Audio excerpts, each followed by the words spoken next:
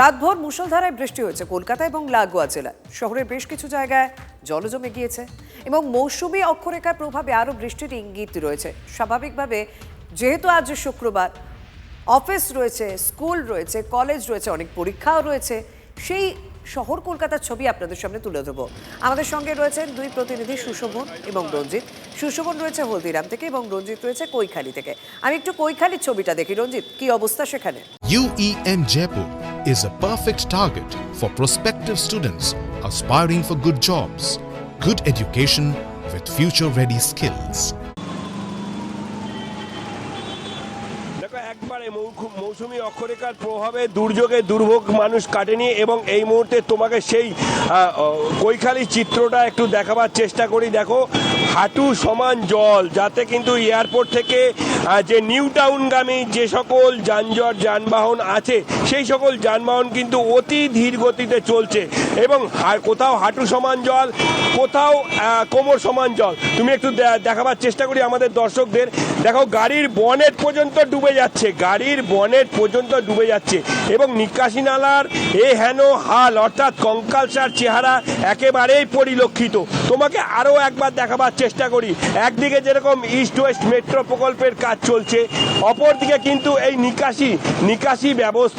নিকাশি ব্যবস্থা স্বাভাবিক রাখার জন্য কিন্তু ইতিমধ্যেই কিন্তু 3টি জেনারেটরের ব্যবস্থা করা হয়েছে এবং সেই জেনারেটরের মাধ্যমে একটু দেখাবার চেষ্টা করি। সেই জেনারেটরের মাধ্যমে কিন্তু জল নিকাশির চেষ্টা চালাচ্ছে কর্মীরা। পাশাপাশি তোমাকে জানিয়ে রাখি, ঠিক এই নিউ টাউনের অদূরেই, অর্থাৎ আমি যেখানে দাঁড়িয়ে রয়েছি তার থেকে 100 মিটার দূরেই রয়েছে মুখ্যমন্ত্রীর বাসভবন।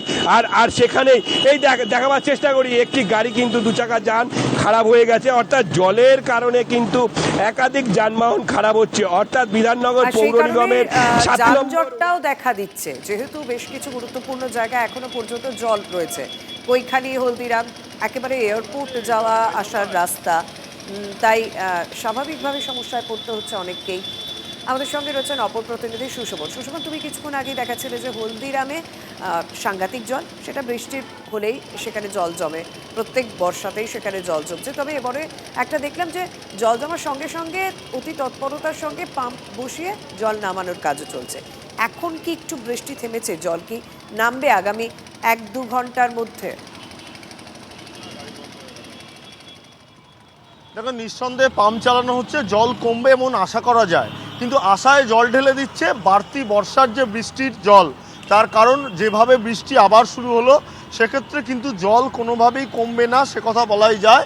আর তোমাকে একবার ছবিটা দেখানোর চেষ্টা করব যে একেবারে এই যে হলদিরাম চত্বর, তা কিন্তু জলমগ্ন পরিস্থিতি নতুন নয়, কিন্তু দেখা যাচ্ছে যে এই যে বৃষ্টি হচ্ছে, এই বৃষ্টি যেহেতু আবার বাড়লো, সেক্ষেত্রে পাম্প যতই চালানো হলে কেন এই জলের যে লেভেল তা কিন্তু কোনোভাবেই নিচে নামবে না। যদি বৃষ্টি থেমে যায় সেক্ষেত্রে জল অনেকটা কমে যাবে, কিন্তু সেই আশা এক্ষুনি করা যাচ্ছে না, কারণ আকাশেরও মুখ ভার আর অনেকটা বৃষ্টিও হচ্ছে। আর তার জেরে গাড়ির গতি যেমন স্লথ, আর অন্যদিকে গাড়িগুলোও কিন্তু ডুবে যাচ্ছে। আর যারা মূলত এই রাস্তা ব্যবহার করেন তারা কিন্তু একেবারে বলা যায় যে এক কোমর জল ঠেলেই তাদের বেরোতে হচ্ছে। তুমি দেখতে পাচ্ছ যে যারা এখানে আবাসনে থাকেন তারা কিন্তু এই রাস্তাই ব্যবহার করে স্বাভাবিকভাবে তাদের গন্তব্যে পৌঁছাবেন। তাদের কিন্তু এই এক কোমর জল ঠেলেই এখান থেকে বেরোতে হচ্ছে। যদিও পাম্প চলছে, জল নামার একটা আশা রয়েছে, কিন্তু বৃষ্টি সেখানে একেবারে একটা সমস্যার কারণ হয়ে দাঁড়াবে বর্তমানে, যা কোনোভাবেই জল নামবে না। আর হলদিরাম চত্বরে কিন্তু চিত্রটা এরকমই, এক হাঁটু জল ঠেলে মানুষকে বেরোতে হচ্ছে, আর অন্যদিকে গাড়ি কিন্তু প্রায় একেবারে জলের তলায়, সেরকমই দেখা যাচ্ছে। ধন্যবাদ। এদিকে বৃষ্টির পূর্বাভাস রয়েছে পূর্ব বর্ধমান, মুর্শিদাবাদ, নদিয়াতেও। উত্তরবঙ্গে বিক্ষিপ্ত ভারী বৃষ্টির পূর্বাভাস রয়েছে। প্রবল বৃষ্টিতে সুবর্ণরেখার রুদ্র রূপ আপনাদেরকে দেখাবো। জলের তোড়ে ডুবেছে ফেয়ার ওয়েদার ব্রিজ। টানা কয়েকদিনের ভারী বৃষ্টিতে সুবর্ণরেখার জলস্তর ভয়ানক বেড়েছে। নদীর প্রবল স্রোতে ঝাড়গ্রাম জেলার নয়াগ্রাম ব্লকের দেউলবাদ ও গড়ধরা গ্রামের সংযোগকারী ফেয়ার ওয়েদার ব্রিজ সম্পূর্ণ জলের তলায় চলে যাওয়ায় বন্ধ হয়ে গিয়েছে যানবাহন এবং পথচারীদের চলাচল। নিত্যযাত্রী, পড়ুয়া, কৃষক, ব্যবসায়ী সহ হাজার হাজার মানুষের একমাত্র ভরসা এখন নৌকো।